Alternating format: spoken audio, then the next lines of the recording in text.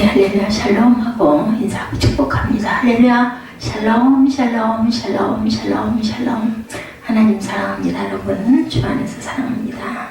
사도행전 14장 말씀, 주님께 우리를 온전히 맡길 때 주님이 함께 하시고 역사하시죠. 예, 마지막 28절에 제자들과 함께 오래 있으니라. 예, 그 부분이 굉장히 은혜가 됐습니다. And they stayed there a long time with the disciples. 제자들과 바울이 함께 있었다. 또한 주님이 함께 계셨다. 하나님이 함께 역사하셨다. 저는 그렇게 해석을 해봅니다. 14장 전체 우리 1절에서 28절까지죠. 한번 나뉘어진 부분들 함께 봅니다. 바울과 바나바의 여행이 이제 계속되죠. 주님은 이들을 통해서 표적과 기사를 보이시고 이로 말미암아 하나님의 은혜를 증거케 합니다. 우리가 어떤 일을 겪었을 때 그리고 나서 우리 마음에 하나님께 감사하고 감동이 오고 깨달음이 오고 하나님의 뜻이 여기 있었구나 이런 것들이 올 때 우리는 간증을 하게 되고 증거합니다. 이고니온과 루스드라에서 바울과 바나바는 살아계신 하나님을 증거했죠. 성도들은 믿음으로 온전히 세우기에 힘썼습니다. 하나님 나라의 삶이 어떠해야 함을 바울은 그의 삶을 통해 증거해 나갑니다. 그리고 다시금 안디옥을 향해 다시 안디옥으로 가죠. 자, 이고니온에서의 바울 1절입니다. 두 사도의 증거가 나타납니다. 이고니온에 온 두 사도는 여전히 유대인의 회당에서 복음을 전했다. 그들의 설교가 너무 영향력이 있어서 유대와 헬라의 허다한 무리가 믿었다. 지금으로 얘기하면은 엄청 많은 성도들이 하나님 성전에 나오는 역사, 전도가 되는 역사가 일어나죠. 하나님이 그들과 함께 하셨던 것이죠. 두 사도는 주를 힘입어 담대히 말하며 표적과 기사를 행합니다. 이런 게 있었기 때문에 많은 사람들이 예수를 믿게 됐을 겁니다. 그리고 더욱 힘있게 얼마나 신나고 얼마나 힘이 났을까요? 그죠? 그러니까 더욱 힘있게 은혜 말씀을 전합니다. 이고니온에서도 안디옥에서처럼 성공적인 사역이 계속됩니다. 유대인의 회당에 대해서 야고보서 2장 2절에 만일 너희 회당에 금가락지를 끼고 아름다운 옷을 입은 사람들이 들어오고 남다운 옷을 입은 가난한 사람이 들어올 때 우리는 어떻게 할 것이냐, 그죠? 예, 아주 그 금가락지를 끼고 화려한 옷을 입은 사람들에게는 자리를 막 내드리는데 남다운 옷을 입은 가난한 사람이 들어올 때는 서로 자기 옆에 올까봐 두려워하죠. 실제로 그렇습니다. 은혜의 말씀에 대해서 고린도전서 1장 23절에서 25절까지 우리는 십자가에 못 박힌 그리스도를 전한다. 유대인들에게는 거리끼는 것이고 이방인에게는 미련한 것이다. 잘 깨달지 못한다라는 얘기죠. 유대인에게는 그거 좀 안 했으면 하는 것이다 라는 뜻입니다. 24절에 고린도전서 1장 24절입니다. 오직 부르심을 받은 자들에게는 유대인이나 헬라인이나 그리스도는 하나님의 능력이요 하나님의 지혜라. 어떤 사람에게는 부르심을 받은 자들, 선택을 받은 자들에게는 유대인이나 헬라인이나 그리스도는 하나님의 능력이고 하나님의 지혜를 깨닫게 됩니다. 그렇게 기뻐하죠. 25절에는 하나님의 어리석음이 사람보다 지혜롭고 하나님의 약하심이 당연히 사람보다 강합니다. 예, 하나님의 어리석음은 사람보다 엄청 지혜롭고 하나님의 약하심은 사람보다 강하다. 두 사도가 이제 도망을 가는 일이 일어나죠. 피신을 합니다. 성공적인 사역 가운데도 다시 반대의 세력이 있음을 알 수 있죠. 유대인들의 악감을 품습니다. 2절이죠. 그러나 순종하지 않으면 유대인들이 이방인들의 마음을 선동하여 형제들에게 악감을 품게 하거늘. 우리 아까 읽을 때 19절부터 읽었기 때문에 앞부분 읽으면서 갑니다. 1절에서 2절 다시 한번 읽죠. 이에 이곤에서 두 사도가 함께 유대인의 회당에 들어가 말하니 유대와 헬라야 허라한 무리가 믿더라. 그러나 순종하지 아니하는 유대인들이 이방인들의 마음을 선종하여 형제들에게 악감을 품게 하고는 두 사도가 오래 있어 주를 힘있게 담대히 말하니 주께서 그들의 손으로 표적과 기사를 행하게 하여 주자. 자기 은혜의 말씀을 주사 자기 은혜의 말씀을 증언하시니 그 신의 무리가 나뉘어 유대인을 따르는 자도 있고 두 사도를 따르는 자도 있느니라. 이방인과 유대인과 그 관리들이 두 사도를 모욕하며 돌로 치려고 달려더니 그들이 알고 도망하여 루가오니아의 두 성 루스드라와 더베와 그 근방으로 가서 거기서 복음을 전하. 이렇게 도망다니면서 복음을 전했어요. 예, 이렇게 핍박을 받으니까. 성공적인 사역 가운데도 항상 이렇게 반대의 세력은 어느 곳에나 있다. 유대인들이 악감을 품죠. 그러나 흥미있는 사실은 언어에 나오는 3절의 접속사, 그러므로, 예, 그 부분이 굉장히 그 의미가 있다는 겁니다. 이것은 2절의 반대가 복음 전파를 위해 좀 더 나은 기회를 제공했음을 뜻할 수도 있고, 다른 의미로는 그 반대가 사람들의 마음에 하나님의 역사하시는 증거가 되어서 더 나은 복음 전파로 이끌었음을 나타낸다고 할 수도 있습니다. 예, 저는 제 생각에는, 예, 그 반대가 사람들의 마음에 하나님의 역사하시는 증거가 돼서 더 나은 복음 전파로 이끌었을 것이라고 생각합니다. 예, 그 성내에는 무리가 두 부류로 나누어져 있음을 보게 되죠. 유대인을 쫓는 자와 4절에 두 사도를 쫓는 자들이 있었다. 예, 나뉘어야 파가 나요. 어디 나가면 단파가 있습니다. 관원들과 유대인들의 핍박이 심해지자 바울과 바나바는 루스드라와 더베로 6절에 피신하죠. 순종치 아니하는 자들에 대해서 로마서 15장 31절에 말씀합니다. 나로 유대에서 순종하지 아니하는 자들로부터 건짐을 받게 하고 또 예루살렘에 대하여 내가 섬기는 일을 성도들이 받을 만하게 하고 라고 말씀하죠. 내가 성도를 섬기는 일에 예루살렘에 간다라고 로마서 15장 25절에 말씀하고 있습니다. 피신에 대해서 마태복음 10장 23절에도 이 동네에서 너희를 박해하거든 저 동네로 피하라. 내가 진실로 너에게 이르노니 이스라엘의 모든 동네를 다 다니지 못하여서 인자가 오리라. 금방 오겠다라는 말씀이에요. 루스드라의 안진뱅이가 등장하죠. 8절에 보면 루스드라에 발을 쓰지 못하는 사람이 앉아있는데 나면서 걷지 못하게 되어 걸어본 적이 없는 자라. 바울이 말하는 것을 듣고는 바울이 주목하여 구원받을 만한 믿음이 그에게 있는 것을 보고 큰 소리를 이르되 내 발로 바로 일어서라 하니 그 사람이 일어나 걷는지라. 우리가 바울이 한 일을 보고 루가오니아 방언으로 소리질러 이르되 신들의 사람의 형상으로 우리 가운데 내려오셨다 하여 바나바는 제우스라고 바울은 그 중에 말하는 자이므로 헤르메스라 하더라. 이제 아주 신의 이름을 막 갖다 붙이죠. 13절에 시외 제우스 상당의 제사장이 소와 화반들을 가지고 대문 앞에 와서 무리와 함께 제사하고자 하니 두 사도 바나바와 바울이 듣고 옷을 찢고 무리 가운데 뛰어들어가 소리질러 이르되 여러분이 어찌하여 이러한 일을 하느냐. 우리도 여러분과 같은 성정을 가진 사람이라 여러분의 복음을 전하는 것은 이런 헛된 일을 버리고 천지와 바다와 그 가운데 만물을 지으시고 살아계신 하나님께로 돌아오게 함이라. 하나님이 지나간 세대는 모든 민족으로 자기들의 길들을 가게 방임하셨으나 그러나 자기를 증언하지 아니하신 것이 아니니 곧 여러분에게 하늘로부터 비를 내리시며 결실비를 주시는 선한 일을 하사 음식과 기쁨으로 여러분의 마음에 만족하게 하셨느니라 고 이렇게 말하여 겨우 무리를 말려 자기들에게 제사를 못하게 하니라. 이적과 기사를 행하니까 이 사람들은 아마 사람이 아니라 신인가 보다 그래가지고 이름을 지어주죠. 그걸 깜짝 놀라가지고 바울과 바나바가 막 그걸 부정하는 이런 부분이 18절까지 이어지고 오늘 본문 19절부터 28절까지 우리가 교독한 부분에 나타나 있습니다. 스스와 헤메라는 이름이 나오죠. 루스드라는 이고니온으로부터 약 29km 떨어진 동남방에 위치한 로마의 식민지 분사의 또한 요충지입니다. 루스드라에서 바울은 나면서부터 안진뱅이 되어 걸어본 적이 없는 안진뱅이를 고치죠. 이 이적으로 인해서 그 도시 사람들은 바울을 헤르메스, 바나바를 제우스 신으로 생각하게 되었다. 제우스 신전의 제사장들은 그들에게 생제물을 바칠 준비가 되어 있었어요. 바울은 이 오해를 해명하고 이 사건을 통해서 또한 다시 복음을 전파합니다. 그들은 바나바를 그 신들 중 위험 있는 통치의 신 제우스로 여기고 바울은 그 신의 대변자 헤르메스로 12절에 생각했다 이렇게 나타나죠. 나면서 안진뱅이 된 자가 사도행전 3장 2절에도 나오죠. 나면서 못 걷게 된 이를 사람들이 메어온 이는 성전에 들어가는 사람들에게 부걸하기 위하여 날마다 미문이라는 성전문에 두는지라. 이 일로 인해서 베드로가 내게 있는 것을 없지만 내게 주노니 하고 일어나 걸어라 하고 말함으로 뛰어 일어나 걷는 부분이 나타나죠. 3장에 보면 바울을 신으로 봤다. 사도행전 28장 6절에도 그들은 그가 붙든지 혹은 갑자기 쓰러져 죽은 줄로 기다렸다가 오래 기다려도 그에게 아무 이상이 없음을 보고 돌이켜 생각하여 말하되 그를 신이라 하더라. 뱀에게 물렸을 때죠. 독사에게 물렸을 때 섬에서 바울의 설교가 그 다음에 이어집니다. 11절에 보면 루스드라 사람들로서는 만일 그들이 신이라면 마땅히 희생제사 이 예배를 드리지 않을 수 없었다. 희생제사를 드려야 된다. 이 예배를 위해 준비는 이 선교사들이 말리기 전까지 잘 진행이 되었었어요. 선교사 하면 여기서 누구예요? 바울과 바나바를 얘기하고 있습니다.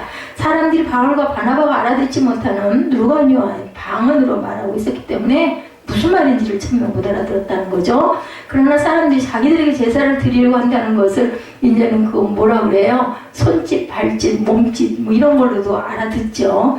알아채고는 깜짝 놀라 그 일을 막죠. 바울은 사람들의 행동을 말리면서 자기들도 유한한 사람이다.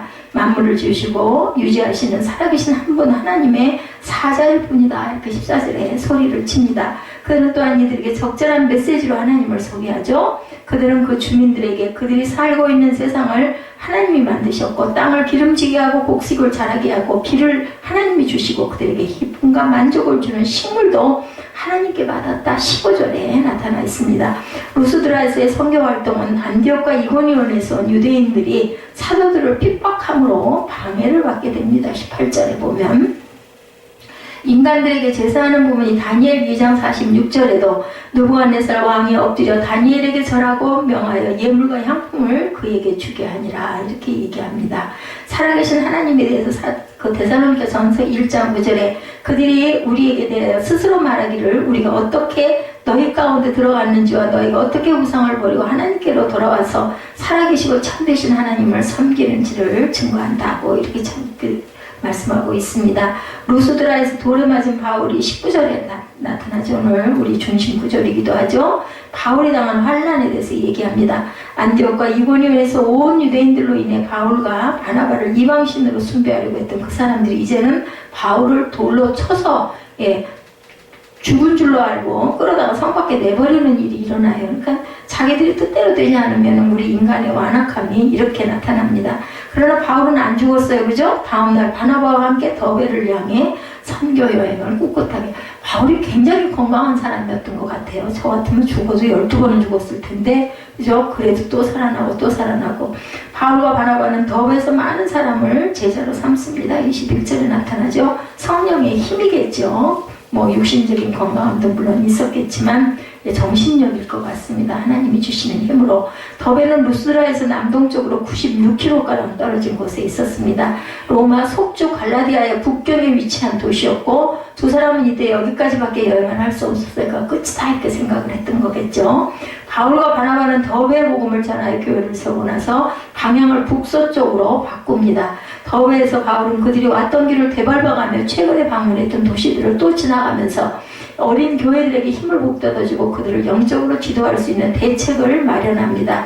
되돌아가는 여행, 이제 거꾸로 가는 여행, 다시 왔던 데로 다시 돌아서 가죠. 돌로 치는 역사에 대해서 고린도후서 11장 24절에서 26절까지 유대인들에게 40에서 하나 감은 매를 5번 맞고, 그죠? 바울이 이렇게 매를 많이 맞죠. 25절에 보면 3번 태장으로 맞고 1번 돌로 맞고 3번 파선하고 일주일을 깊은 바다에서 지내고 26절에 여러 번 여행하면서 강의 위험과 강도의 위험과 동족의 위험과 이방인의 위험과 시내의 위험과 광야의 위험과 바다의 위험과 거짓 형제 중의 위험을 당했다 이렇게 증거하고 있습니다. 바울이 이렇게 돌로 쳐서 그 고난을 당하는 부분이 말로 할 수 없는 아주 더 이상은 말로 다 나타낼 수 없는 이런 여러 가지 그 고난을 당했다. 의인의 환난에 대해서 베드로전서 2장 24절에도 친히 나무에 달려 그 몸으로 우리 죄를 담당하셨으니 이는 우리로 죄에 대하여 죽고 의에 대해 살아나게 하려 하심이라. 그가 채찍에 맞음으로 너희는 나음으로 덧나니. 예수 그리스도의 십자가 그 형에 대한 부분이죠. 안디옥을 향해서 가죠. 26절에 바울의 고향 다소는 더베에서 불과 16여 마일 떨어져 있었지만 두 사단은 최근에 세운 교회들을 경고하기 위해서 소아시아로 다시 돌아갑니다. 자기 고향에 정말 가까이 왔지만 고향으로 가지 않고 다시 소아시아로 돌아갑니다. 권면과 약속으로 바울과 바나바는 성도들을 강하게 하고 용기를 줍니다. 권면의 내용은 많은 고난에 대한 예언이었고 약속은 하나님의 나라에 들어감에 대한 기대, 이런 것들을 전하죠. 하나님의 나라의 그 약속에 대한 그 기대는 종말론적인 그리스도의 지상 통치를 묘사하고 있는데 성도들은 교회뿐 아니라 조직에 있어서도 지도를 그때도 그 시절에도 받았다는 거죠. 그러니까 제자 훈련을 받았다는 이야기입니다. 바울과 바나바는 각 교회에서 자기들을 위하여 장로들을 택하여 세웁니다. 이 장로들은 회당에서 온 그 성경에 정통한 유대인들로 구성이 되었고 회당 장로들이 교회 장로들이 되었다라는 거죠. 그들은 왔던 길로 돌아가면서 루스드라, 이고니온, 안디옥을 차로 방문하고 같은 데를 다시 도는 거예요. 안디옥에서 버가를 거쳐 항구 도시 아탈리아, 이탈리아겠죠? 아탈리아로 돌아옵니다. 그들은 아탈리아에서 배를 타고 수리아 안디옥, 안디옥이 두 군데죠. 루스드라 안디옥, 수리아 안디옥. 이 안디옥은 두 사도에 이른 그 일을 위하여 하나님의 은혜에 부탁받았던 전에 있었던 그곳이다. 그들은 교회 일을 하나님께서 행하신 모든 일을 보고합니다. 또한 하나님께서 이방인들에게 믿음의 문을 여셨음도 또한 증거하죠. 복음이 이방인들에게도 갔고 하나님께서 문을 여서 그들이 믿게 되었다라는 거죠. 장로들을 택하여 세우는 부분이 디도서 1장 5, 6절에도 나타납니다. 내가 너를 그레데에 남겨둔 이유는 남은 일을 정리하고 내가 명한 대로 각 성에 장로들을 세우게 하려 함이니. 바울은 이렇게 했다라는 거예요. 누구를 남겨서 그 디도를 남겨둬가지고 디도서 1장 5, 6절에 그리고 1장 6절에 보면 디도서 책망할 것이 없고 한 아내의 남편이며 방탕하다는 비난을 받거나 불순종한 일이 없는 믿는 자녀를 둔 자라야 장로의 자격이 있다. 지금도 장로교에서 장로의 자격들이 이 부분이 들어가 있습니다. 믿음의 문을 여셨다. 골로새서 4장 3절에 또한 우리를 위하여 기도하되 하나님이 전도할 문을 우리에게 열어주사 그리스도의 비밀을 말하게 하시기를 구하라. 내가 이 일 때문에 매임을 당하였다. 이렇게 말하고 있습니다. 바울이. 그래서 오늘 그 사도행전 14장의 내용 전체로 봤을 때는 그들은 몇 달 전에 자기들이 하나님의 은혜에 부탁하고 떠났던 수리아 안디옥으로 돌아와서 1차 전도 여행을 마칩니다. 시작했던 곳으로 다시 돌아와서 수리아 안디옥으로 그래서 1차 전도 여행을 마치고 그리고 다시 1차 여행이 2년 4개월이 걸렸다라고 나타나 있습니다. 이 기간 동안의 이야기를 들으면서 안디옥의 그리스도인들은 틀림없이 큰 감동을 받았을 것이고 이 안디옥에서 크리스찬이라는 이름도 생기죠. 그러나 그들을 더욱 감격해 했던 것은 이방인 교회로서 모교의 역할을 하게 되었다는 사실. 이방인 교회가 돌에 맞아 죽은 바울에 대해서 굉장히 우리들 생각해보면 어떻게 그렇게 돌에 맞아서 그렇게 죽지도 않고 살아났을까. 그 겪은 고생, 그죠? 루스드라에서 사도 바울은 나면서부터 걷지 못하는 사람들을 예수의 이름으로 일으키죠. 그러자 신이라는 칭송을, 제우스라는 이름을, 그 신의 이름을 붙여서 듣게도 됩니다. 즉각 자기 옷을 찢는 자기 부인이 있죠. 그 이후로 바울을 신으로 칭송했던 군중들은 안디옥과 이고니온에서 온 유대인들에게 그 충동이 되어서 태도가 180도로 돌면 이제 뭐가 돼? 돌로 치는 사람들, 적이 됩니다. 말을 안 들으니까 신이라고 우상으로 막 섬겨줬을 때 그래 하고 끄덕거려 줬으면 이런 일이 없고 대접을 잘 받았을 건데 아니라고 벌쩍 뛰니까 이제 돌로 치게 되죠. 거의 죽게 될 정도로 죽었다고 생각하고 내다버릴 정도로 바울을 돌로 쳤다. 얼마나 아팠을까요? 아무리 성령이 충만하다 할지라도 통증을 느끼는 그런 몸일 텐데 그런 끔찍한 일을 당합니다. 그 고통과 비통함이 굉장히 컸겠죠. 자, 돌에 맞아 죽어가는 바울이 마음의 애통함을 느끼는 그것은 또 얼마나 컸을까. 바울은 이때 상황을 고린도서 1장 8, 9절에서 언급합니다. 힘이 지나도록 심한 고생을 받아 살 소망까지 끊어지고 우리 마음의 사형 선고를 받은 줄로 알았다. 이렇게 이야기할 정도로. 그러니 제가 요즘에 그 겪는 그 마음 고통, 이건 진짜 아무것도 아니죠. 조족지혈이라고 그러죠. 자, 돌에 맞았을 때 우리 어떤 조그만 돌만 툭 튀어와서 맞아도 굉장히 아프죠. 어릴 때 옛날에는 이 공이 없어가지고 돌을 가지고 공놀이를 하기도 했었습니다. 옆집 친구랑 야구공 던지고 받기를 하면서 돌 가지고 노는데 야구공이 없으니까 그러다가 그냥 굴러다니는 주먹만한 돌멩이 하나를 주어서 야구 글러브를 끼고 친구랑 남자애들이 그것을 서로 던지고 받고 하면서 놀다가 돌멩이가 날아오는 바람에 그만 잘못 던져져갖고 머리에 맞아요. 야구공보다 더 큰 옥이 머리에 생기죠. 피곤하죠. 이런데 얼마나 아플 텐데 바울은 애들이 던진 돌에 맞는 게 아니라 정말 죽이기로 작정을 하고 떼거지로 돌을 던졌어요. 그죠? 맞아 죽으라고 힘껏 그 던진 돌. 아마 초자연적인 역사가 아니었다면 바울은 틀림없이 죽었을 거예요. 그러니까 죽었다고 내다 버린 거죠. 그런데 하나님의 사명을 감당하기 전에는 아직 오지 말라고. 예, 죽는 것도 우리 그래서 신학교 다니면서 그런 얘기 많이 해. 너무나 힘드니까 아이고 하나님 날 좀 데려가세요. 이런 얘기들도 많이 합니다. 그 신학교에 온 학우들은 온전한 그냥 아주 평범하고 잘 지내는 그런 학우들이 거의 없더라고요. 4명을 알고 보면 정말 힘들고 고통 속에서 그 신학교를 어떻게 왔을까 싶을 정도로 그러다 보니까 하나님 날 좀 데려가세요. 그러면 옆에 있는 학우가 아무나 이렇게 얘기를 해요. 아무나 그게 얼마나 큰 복인데 이렇게들 웃었던 기억이 납니다. 예, 하나님께서는 사명 감당 다 하기 전에는 예, 가고 싶어도 예, 안 받아주시는 곳이 바로 하늘나라입니다. 이후에 바울은 믿어지지 않는 행동을 하죠. 그 돌에 맞은 그 이후에 깨어나서 온몸에 피투성이가 된 채로 250리가 떨어진 더베로 와서 또 전도를 합니다. 이건 사람의 힘은 이건 아니에요. 분명히 사도 바울이 당연히 무엇을 들렸다고 그러죠. 이런 상태가 됐다. 그렇게 죽도록 돌에 맞아 죽을 뻔했는데도 전도하다가 그랬으면요 그냥 좀 숨어가지고 당분간 좀 안 할 거야 이럴 수도 있는데 오히려 더 막 전도를 하는 거죠. 쉬지 않고 예, 하룻밤만 지나고 어떻게 다시 250리길을 가서 그 얻어맞고 나서 갈 수가 있었을까? 뭐 먹을 거나 변변이 있었겠어요?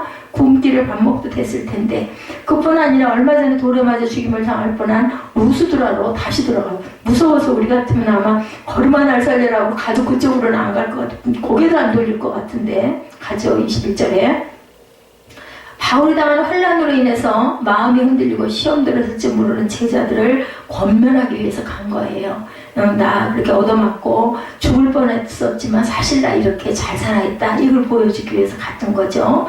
자, 복음을 전해주는 전도자가 돌에 맞아서 죽어가요. 그것을 보고 예수 믿을 마음이 생기지 않을 사람들이 많겠죠. 아이고 무서워. 나는 저 예수 안 믿어. 그랬을 건데 다시 돌아가가지고 나 이렇게 잘 살아있어 하면 아이고 저 사람이 보통 사람이 아니야. 진짜 하나님이 계신가벼. 이랬을 거 아니겠냐는 거죠. 예수 믿는 제자들을 불러다가 믿음에 굳게 서 있으라고 권면하고 하나님 나라에 들어갈 때 이렇게 환난당하는 일이 있을 것이다 라고 또 증거도 했다는 거죠. 그들을 격려도 합니다. 예, 보면 14장 22절에도 제자들의 마음을 굳게 하여 이 믿음에 머물러 있으라 권하고 어느 본문에 또 우리가 하나님의 나라에 들어가려면 많은 환난을 겪어야 할 것이다. 각오를 시키는 거예요. 그래도 하나님 은혜로 나에게 꿋꿋하게 서서 이렇게 있지 않아. 하나님께서는 절대로 죽이시지는 않아. 이렇게 아마 증거하지 않았을까 싶습니다. 이런 사도 바울의 모습에서 순교한 스데반의 모습 그죠? 우리가 보게 됩니다. 사도 바울에게 무엇인가 사로잡힌 사람의 모습을 보게 되죠. 그냥 우리가 읽기만 해도 그런 느낌 들잖아요. 어떻게 사람의 모습으로 그냥 온전한 사람으로는 이럴 수는 없을 것 같아요.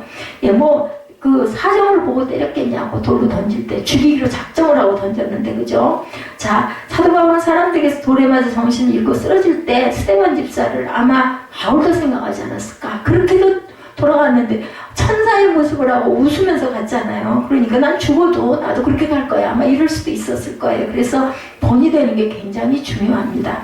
자신이 주동이 되어 스데반 집사를 돌로 쳐 죽였죠. 바울이 그랬죠. 돌에 맞으면서 아파서 울었을 것이고 스데반 집사에게 너무 미안해서 울었지 않았을까. 그래서 그 다음날 다시 전도하였는지도 모르죠. 나는 아파서 누워있을 자격도 없다 이런 마음이 아니었을까. 죄의식이 느껴져가지고 정말 내가 큰 죄를 지었구나 막 이런 후회와 또한 회개를 했을 것 같습니다. 또한 사도 바울이 이렇게 초인적인 전도활동을 할 수 있었던 것은 그가 예수님에게 완전히 사로잡혀 있었기 때문이다. 다메섹에서의 그 주님의 영광을 보면서 완전히 변했죠. 이 사람은 눈이 비늘로 덮이고 다시 그게 떠졌을 때 아나니아가 그거를 안수해가지고 사도 바울의 전도여행은 시작부터 성령님의 역사였다고 밖에 볼 수가 없다. 사람의 힘으로는 이렇게 할 수가 없던 거죠. 사도행전 13장 2절에서 5절에 보면 안디옥 교회에서 바울과 바나바를 선교 여행을 떠나 보내려고 하신 분이 성령님인 것이 나타나 있습니다. 사도행전 13장 2절에서 5절 사이에 증거되어 있죠. 바울과 바나바를 따로 세워서 그들을 선교사로 보내라고 성령님이 직접 지시하십니다. 그러니까 이 전도 여행은 누가 했어요? 사실은 바나바와 바울이 있는 게 아니라 성령님이 명령을 하셔가지고 가게 했던 거예요. 바울의 개인 생각이 아니었죠. 그 이후 사도 바울의 전도 여행 중에 성령은 계속 역사에서 길을 인도해 주십니다. 말씀도 성령님이 하게 하셨고 기사와 이적도 성령님의 역사에 일으키고 이방인들도 성령님의 마음의 문을 열어서 그들이 주님께 돌아오게 하는 것도 성령의 역사였다는 것을 알 수가 있다. 그래서 그 사도행전을 뭐라고 그래? 성령 행전이다. 또 이렇게 얘기를 합니다. 사도 바울은 놀랍게 경험을 합니다. 두 사도가 안디옥 교회로 돌아가 보고한 내용을 보면 사도행 14장 오늘 27절에 그들이 이르러 교회를 모아 하나님의 함께 행하신 모든 일과 이방인들에게 믿음의 문을 여신 것을 보고했다. 이렇게 나타나 있습니다. 그러므로 사도 바울은 전도 여행 중에 어떤 어려움이 닥쳐도 절대로 좌절하지 않았겠죠. 성령께서 반드시 역사하실 것. 아니, 어떻게 보면 굉장히 기대되고 즐거운 일이 아닐까 싶어요. 그죠? 계속 이끌어 주시고 계속 말씀하시고 그리고 또한 죽을 것 같은 고비에서도 또 일어날 수 있게 해주시니까 얼마나 신기하고 기대되고 하지 않았을까. 아픈 줄도 모르고 아마 지칠 줄도 모르고 달려왔을 겁니다. 비록 돌에 맞아 거의 죽을 지경까지 이르렀어도 마음에는 왜냐하면 계속 그걸 경험하니까 확신이 쓰죠. 전도된다, 교회 세워진다, 내가 이렇게 고통받고 힘들어도 분명히 하나님께서 하신다. 나는 그냥 하라는 대로만 하면 될 거야. 이런 마음이지 않았을까. 역사하신 예수님을 너무 분명하게 경험하고 있었던 것입니다. 이런 확신을 빌립보서에서도 고백하죠. 1장 6절입니다. 빌립보서 너희 속에 착한 일을 시작하신 이가 그리스도 예수의 날까지 이루실 줄을 우리가 확신하노라. 바울에겐 이런 충만함이 있었어요. 성령 충만, 성령의 인도함을 분명히 느끼고 갔기 때문이죠. 힘들지만 행복한 사명자의 길이기도 하다. 그렇기 때문에 희열을 느끼고 더 열심히 하지 않았을까. 힘들지만 분명히 행복한 길, 사명의 길, 힘들지만 우리가 알아야 될 것은 사명의 길이 단순히 어렵기만 했다면 바울도 그 길을 그렇게 가지는 않았을 거다. 분명한 희열이 있죠. 사명의 길이 어렵고 힘들지만 사명의 길을 가는 자만이 누리는 엄청난 축복도 있습니다. 성령의 역사이죠. 그러니까 사도 바울이 어려운 길 돌에 맞아 죽을 뻔한 그런 일을 겪으면서도 또 전도자로 전도하러 나가는 겁니다. 전도하면 막 힘이 나죠. 전도에서 한 사람만 그걸 믿겠다고 돌아오기만 하면 막 춤을 출 것 같죠. 그건 이제 저도 느꼈던 부분이기도 합니다. 죽도록 돌에 맞는 일이 끔찍했지만 성령의 역사는 더 놀랍고 더 뜨겁고 결실은 또 더 아름다웠기 때문에 예수님이 함께 해주시는 역사이기 때문에 그것을 바라보고 기뻐하면서 달려갔던 겁니다. 실제로 사도 바울처럼 행복하게 살아간 사람도 어떤 면으로는 없다. 굉장히 정말 그 손과 발이 그 발은 도대체 어떻게 생겼을까 우리 이런 얘기를 많이 하지만 오죽이나 하면 이렇게 달려갔겠느냐는 거죠. 너무너무 좋으니까. 그래서 얘기하죠. 내가 선한 싸움을 싸우고 달려갈 길을 다 달려가고 믿음을 지켰다. 이렇게 고백을 합니다. 우리 중에 이렇게 고백할 사람들이 얼마나 있을까 계시겠죠.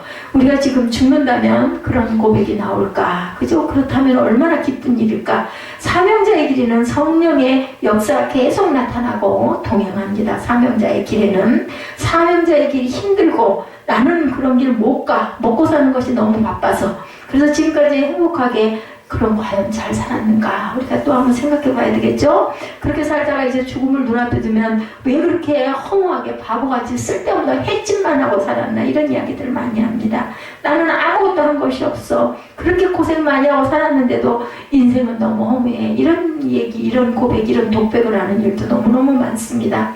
하나님 앞에 가서 보고 드릴 것이 없어. 이렇게 돼서는 안 되겠죠? 그런 아쉬움밖에 남지 않은 삶은 대부분의 사람들이 살아가고 있다. 근데 전도하다가 돌에 맞아 죽을 뻔했던 바울은 내가 달려갈 길을 다 가고 믿음을 지켰다. 이렇게 떳떳하게 고백할 수 있다. 이 고백을 누가 할 수 있겠어요? 사도 바울의 삶이 단순히 고난의 삶이 아니었다라는 얘기입니다. 결론은 사명의 길이 고생만 있는 것은 꼭 아니다. 겉으로 보기에는 고생 같지만 성령의 역사가 얼마나 놀라운지 그래서 사명자들이 사명자의 길을 간다. 사도 바울은 계속하여 성령께서 역사하시는 것을 경험하죠. 바로 그 성령의 역사가 사명자의 길을 계속 걸어가도록 도와주셨다는 거죠. 나는 죽고 뭐라 그래요? 예수로 사는 십자가 복음이 분명히 있다는 것을 알았기 때문이다. 내가 어떻게 바울처럼 성령께서 함께 하시고 그 충만한 놀라운 삶을 그럼 나는 어떻게 살 수 있을까? 우리가 다 예수를 믿지만 내가 어떻게 바울처럼 능력 있는 삶을 살 수 있는가? 굉장히 부럽구나 라는 생각을 합니다. 그런데 그 비밀이 오늘 본문에 나옵니다. 사도 바울은 자신의 모든 것을 주님께 맡기고 살아갔다는 거죠. 여기 우리 찬양하죠. 예, 넘지 못할 파도 있거든 주님께 맡기세요 하죠. 예, 교회도 주님께 맡겨야 되겠죠. 바울과 바나바는 루스드라 이고니온 등에서 떠나 안디옥으로 돌아올 때 각 교회 장로들을 세우고 장로들에게 교회를 맡으라고 이야기하고 맡기고 떠나옵니다. 장로라고 해도 우리가 보기에는 세신자들에 불과한 사람들이었어요. 사실은 복음을 전하고 믿는 그 사람들 중에 지도자가 될 만한 사람들을 뽑아서 그냥 장로로 어떻게 할 수가 없으니까 여러 군데를 지금처럼 뭐 교통수단이 좋은 것도 아니고 한 번 그렇게 해놓고 나면 다시 한번 돌아보려면 정말 큰 마음을 먹어야 몇 년에 한 번 갈까 말까 하는 그런 곳이다 보니까 세우지 않으면 안 되니까 그냥 세운 거예요. 예, 장로라는 말은 이제 교회를 책임지는 책임자다라는 뜻을 갖고 있습니다. 그런데 그 교회가 핍박당하는 교회였어요. 그렇게 아주 뭐 평강한 교회도 아니었습니다. 교회 1순위가 바로 장로들인데 그들에게 어떻게 교회를 맡기겠는가? 사도 바울이 끝까지 돌보고 있어야 할 텐데 어떻게 장로들에게 맡기고 갈 수 있겠나? 그러나 바울이 연약한 사람을 장로로 세워서 그들에게 핍박당하는 교회를 맡긴 것은 예수께서 함께 하심을 믿었기 때문이다. 그렇기 때문에 맡기고 아니면 어쩌겠어요? 맡겨야 되겠죠. 교회가 한둘이 아니니까. 23절에 각 교회에서 장로들을 택하여 금식하고 기도하며 그들이 믿는 주께 그들을 위탁했다고 나타나 있습니다. 바울이 각 교회의 장로들을 세웠던 이유는 그 사람들이 무엇인가 제도 할 수 있으려는 생각 때문이 아니고 여전히 연약한 믿음을 가진 초신자에 불과한 사람들이었고 핍박은 점점 더 세게 다가오고 있었지만 분명한 것은 예수께서 이곳에도 계시다라는 것을 믿었기 때문이다.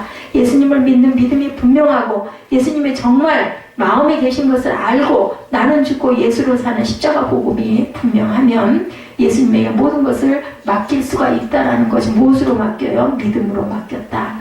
자, 예수님 이 교회에 성도들이 있습니다. 이 교회를 책임질 사람이 필요합니다. 이렇게 기도했을 것 같아요. 계속 그곳에 있었으면 좋겠지만 복음 전하고 가야 할 곳이 너무너무 많고 몸은 하나밖에 없고 그렇기 때문에 지금 같은 영상이라도 있잖아요. 근데 그때는 정말 직접 가지 않으면 절대로 전할 수가 없기 때문에 이렇게 기도했을 것 같아요. 이 사람들에게 하나님, 예수님 저 교회 맡기고 갑니다. 성령님 이곳에 함께 계시옵소서 이러지 않았을까? 예수님은 항상 같이 계시는 것을 내가 믿습니다. 예수께서 책임져 주세요. 이 사람들을 써주세요. 그렇게 맡기고 가지 않았을까? 함께 하시는 예수님을 믿으니까 그렇게 할 수 있었을 것이다. 겉으로는 정말 연약한 사람을 장로로 세워서 교회를 맡겼지만 실상은 누구에게 맡겼다? 사람이 아닌 성령께, 예수께 맡겼다라는 겁니다. 두 번째, 사도 바울은 자신이 이미 주님께 맡겨진 사람이다 이렇게 생각을 했을 것이다. 바울이 이 일에 무모할 정도로 과감할 수 있었던 것은 자신이 그렇게 예수님께 맡겨진 사람이었기 때문에 그렇게 할 수 있지 않았겠나. 안디옥 교회에서 바울과 바나바를 선교사로 파송할 때 교인들이 바나바와 바울을 하나님의 은혜에 맡기는 기도를 합니다. 14장 26절이죠. 거기서 배 타고 안디옥에 이르니 이곳은 두 사도가 이룬 그 일을 위하여 전에 하나님의 은혜에 부탁하던 곳이다. 이렇게 나타나 있습니다. 당시 복음을 전하려고 떠나는 선교 여행은 죽음을 각오해야 하는 여행이었죠. 바울과 바나바가 어떤 일을 겪을지 절대로 알 수가 없는 상황, 미지의 그런 그 세상을 향해 가는 거죠. 먹을 것, 잠잘 곳이 마련되어 있지가 않아요. 정기적인 재정 지원도 없었을 겁니다. 무조건 가는 거예요. 무슨 힘으로 이들을 파송할 수 있었을까? 안디옥 교회 교인들은 그들을 오직 주님께 맡겼던 거죠. 하나님이 바울과 바나바를 선교사로 보내라고 하시니 우리가 보냅니다. 이렇게 기도하고 보냈어요. 그러나 우리가 무슨 선교비를 제대로 줄 수도 없습니다. 우리가 따라다니면서 보호할 수도 없습니다. 앞으로 이 두 사람이 소아시아 지역을 돌아다닐 때 어떤 어려움을 겪을지 상상도 할 수 없으니까 그렇게 얻어맞았지 않았겠어요. 그죠? 그렇게 내쫓기고. 그렇지만 하나님이 함께 하실 것을 믿습니다. 하나님께서 지켜주십시오. 예수께서 이 두 사람을 책임져 주십시오. 하며 이렇게 기도하지 않았을까? 장로들이 그렇게 기도하고 주님께 맡기고 보냈다라는 거죠. 그런 기도를 받고 사도 바울이 떠났습니다. 바울은 자신을 통하여 역사하시는 예수님을 아마도 매 순간 경험했을 거. 아니 믿고 의지할 것이 하는 예수님밖에 없기 때문에 기도도 거기밖에 할 수가 없어요. 누구도 사람이 도와주는 사람이 없으니까. 이렇게 떠나서 설교를 하고 모든 것들이 내가 하는 게 아니라 하나님께서 성령께서 하신다라는 마음으로 죽게 아니면 정말 뭐 살아도 주를 위해 죽어도 살을 천국에 가도 괜찮고 여기 있어도 상관없다 이런 마음으로 하지 않았을까. 교회를 세워도 내가 한 것이 아니고 주님이 하셨습니다. 이런 마음으로 안 돼도 주님께서 그렇게 하신 겁니다. 이런 마음으로 한다는 거죠. 그렇게 개척교회 그걸 섬기는 목사님들이 큰 붕이 안 되고 하면은 고민을 하고 마음고생을 하고 정말 바짝바짝 마음이 타들어가고 하다가 어느 날인가 그런 걸 깨달았잖아요. 내가 뭐 내 힘으로 뭐 하나 하나님께서 하라고 그래서 하셨으니까 하나님께서 알아서 하십시오. 하나님 손해입니다 하고 그러고 기도를 한다고 그러더라고요. 그러다 보니까 마음이 평안해졌다는 얘기를 많이 듣습니다. 예수만 바라보는 그런 저와 여러분들이 되어야 할 줄로 믿습니다. 골로새서 1장 29절에 나도 내 속에서 능력으로 역사하시는 이의 역사를 따라 힘을 다하여 수고했다 이렇게 말씀합니다. 힘을 다하여 수고했다. 내 속에서 능력으로 역사하시는 이의 역사를 따라 힘을 다하니까 그러니까 성령이 하시는 대로 나도 내 온 힘을 다해서 수고했다. 이것이 바울의 간증입니다.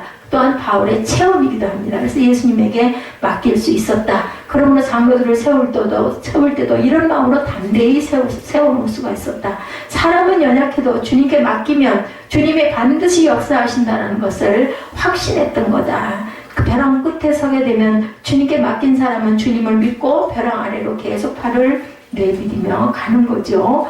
예, 그냥 자유낙하. 그런데 주님이 안아서 받아주신다. 그런 얘기 전에 들었죠? 그냥 사람 살려 하다가 뛰어내리세요 하고 얘기하니까 다른 사람 누구 없어 했다고 그러죠. 보니까 밑에는 그냥 발 그 2번 정도만 내려가면 될 만한 짧은 거리였는데 나뭇가지를 붙잡고 그걸 매달려가지고 부르짖었다고 그래요. 맡긴다라는 뜻, 예, 그것을 주님께서 분명히 바라고 계신다라는 거.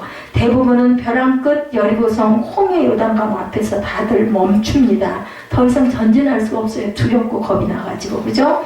아직 다 맡기지 않은 것이기 때문에 버려도 아까울 것 없는 몇 가지만 맡긴 사람들이죠. 환난을 주님께 맡기는 저와 여러분들이 되셔야 될 줄 믿습니다. 세 번째로 바울이 전도하다가 돌에 맞아 거의 죽게 된 것을 보고 루스드라의 성도들이 시험 들 수도 있었을 거죠. 주님이 함께 하시는데 왜 돌에 맞아서 죽을까? 아마 이렇게 의심하는 사람들도 많았을 것이다. 하나님은 살아계시다고 예수님은 부활하셨다고 전도하던 바울이 돌에 맞아 죽도록 된 걸 보고 예수 믿을 마음이 다 없어졌을 수도 있을 겁니다. 그래서 바울이 다시 루스드라에 돌아가는 역사가 일어나죠. 바울은 사명자에게 환난이 있는 것이 당연하다고 22절에 우리가 하나님의 나라에 들어가려면 많은 환난을 겪어야 할 것이다. 환난이 있는 것은 마귀가 복음 전파를 방해하려고 발악을 하기 때문이죠. 그러나 예수 믿을 때 어려움이 생기고 전도자에게 환난이 오히려 더 많다. 그러나 바울은 제자들에게 우리와 함께 하시는 예수님은 환난보다 더 크신 분임을 확신시키고 싶었던 것일 것이다. 그렇게 돌아온 사도 바울을 보고 루스드라의 제자들은 주님의 영광을 아마 외치지 않았겠는가. 복음의 영광은 환난 때 특히 잘 더 크게 나타나기도 합니다. 우리도 이런 믿음을 가져야 되겠죠. 우리는 사실은 평안하기를 바랍니다. 샬롬의 복을 굉장히 구하지만 사실은 이런 환난 중에 계시는 하나님, 환난 중에 계시는 성령을 우리가 체험할 수가 있다. 하나님의 말씀대로 살려면 염려하지 말아야 되겠죠. 임마누엘 하시는 주님을 믿고 기도하고 맡기면 되겠다. 환난도 주님께 맡기고 그냥 눈 딱 감고 이렇게 믿음의 롤러코스터를 타면 하나님께서 붙들어 주신다라는 것. 혹시 지금 돌에 맞아 죽은 같은 어려움을 겪고 있는가? 예, 심정이 저와 똑같습니다. 아마 이런 얘기, 저도 이야기를 지금 여러분에게 전하면서도 제 스스로에게 맞아. 내가 지금 그 벼랑 끝에 있는 건 아닐지 모르겠다. 어떻게 이렇게 계속해서 이런 일들이 자꾸 일어날까 이런 생각을 합니다. 아직 맡기지 않아서 그런 건 아닐까. 그렇죠? 예수님이 저와 여러분의 주님이신 것 사실이면 하나님께서 절대로 축복 두지 않으신다. 성령이 저와 여러분 안에 계신 것을 정말 믿고 아멘으로 받으시는 저와 여러분 되시기 바랍니다. 이 믿음이 분명하면 저와 여러분의 인생을 예수께서 다 맡아 주관하신다. 그걸 하나만 우리가 믿고 가면 됩니다. 사도 바울도 돌에 맞아 죽을 지경까지 갔지만 그를 통해서 엄청난 하나님의 영광, 역사를 경험하게 되죠. 환란이 큰 만큼 믿음의 열매도 크고 복음의 광채도 오히려 더 넓게 사방으로 두루 퍼진다. 돌에 맞아 죽을 지경처럼 지금 어렵지는 않은가? 그렇다면 더욱 주님께 맡겨야 된다는 것. 그것이 바로 저와 여러분의 살 길이라는 거죠. 목숨을 주님께 진짜로 맡긴 로렌 커닝햄이라는 사람, YWCA 국제예수전도단 설립자입니다. 로렌 커닝햄 박사님이 쓴 내 신을 벗어라 이 책에 보면 처음 예수전도단 선교단체를 설립하라는 부름에 순종할 때, 성령의 음성에 순종할 때 자신이 속한 교단에서 목사직을 내어놓아야 한다고 결정을 했다고 합니다. 예, 그는 하나님의 부름 앞에 좋은 교회의 청빙도 포기하고 그리고 친척이 제안하는 수백만 달러 규모의 사업도 거절했다고 합니다. 그는 교단 본부에 가서 목사직을 내어놓고 안에 달린과 함께 돌아오는데 고속도로에서 대형 교통사고가 납니다. 깨어서 보니 자기의 온몸에 피가 흐르고 있었다고 그래요. 의식을 찾고 보니 몇 미터 떨어진 곳에 아내 달린이 쓰러져 있었다고 합니다. 아내 쪽으로 기어가 보니까 이미 달린은 세상을 떠났더래요. 호흡이 멎어 있었다고 합니다. 얼마나 아프고 얼마나 눈물이 났을까요? 하나님 도대체 왜 이렇게 하십니까? 하나님이 일을 하려고 했는데 이런 교통사고로 인해서 아내를 이렇게 합니까? 아마 이런 탄식이 났을 것 같아요. 이제 모든 것을 다 잃었다는 생각이 들었다고 합니다. 아내를 잃고 나서 이때 하나님의 음성이 들렸다고 그래요. 로렌 이래도 여전히 나를 섬길래? 라고 이렇게 물어보시는 음성. 예, 내 생명, 내 아내 목숨을 버려서라도 나를 섬기겠니? 이런 음성이 들렸다고 합니다. 로렌은 사막의 하늘을 바라보면서 기도했다고 그래요. 주님, 그래도 나는 당신을 섬기겠습니다. 이제 제 인생에 남은 것이라고는 제 목숨밖에 없습니다. 그러나 이것도 당신께서 원하시면 드리겠습니다. 우리가 뭐 생명 드리고 나면 끝 아니에요. 뭐가 있어요. 그죠? 이런 마음이 되더랍니다. 잠시 후에 주님의 말씀이 다시 들렸습니다. 달린을 위하여 기도해라 라는 말씀이 들려서 자기는 달린이 죽었다고 생각했는데 간절히 기도하라니까 기도를 했더니 달린이 숨을 쉬기 시작을 했다고 합니다. 그때 마침 지나가던 차가 기적적으로 그 이 사고를 발견하고 마을로 가서 의사와 구급차를 데리고 와서 여러 날 수술을 받고 아내는 살아나고 완전히 회복이 되었다고 그러죠. 로렌은 그날 이후 모든 것을 정말로 하나님께 맡겼다고 그래요. 내 인생은 이제 덤으로 사는 인생이다. 내 아내도 마찬가지다. 이런 마음으로 살고 죽는 것은 내 소관이 아니라 하나님의 소관입니다. 이렇게 외치면서 살았다고 그러죠. 그리고 오직 하나님 한 분만 의지하면서 세계적인 선교회를 이룩하고 수많은 젊은이들을 선교사로 세울 수 있었다라는 고백을 했다고 합니다. 자기와 아내의 목숨을 이 세상에서 제일 소중한 것을 그날 그 사막에서 하나님께 다 맡긴 로렌 부부에게 남은 생애에 그들에게 겁날 일이 뭐가 있겠느냐는 거죠. 예, 사도 바울도 돌에 맞았을 때 자기 생명을 이미 주님께 맡겼을 것이다. 자기의 가장 소중한 목숨마저 사막에서 주님께 맡겼기 때문에, 버렸기 때문에, 드렸기 때문에 로렌 커닝햄은 마치 사도 바울처럼 왕성하게 주님을 위해서 죽도록 충성할 수가 있었다는 거죠. 오늘날은 주님께 과연 무엇을 맡겼을까? 저와 여러분 한번 깊이 생각해 보시기 바랍니다. 주님을 위해서 내 소중한 무엇을 버렸나, 무엇을 하나님께 위탁했나 기억하시는 저와 여러분 되시기를 주님의 이름으로 축복합니다.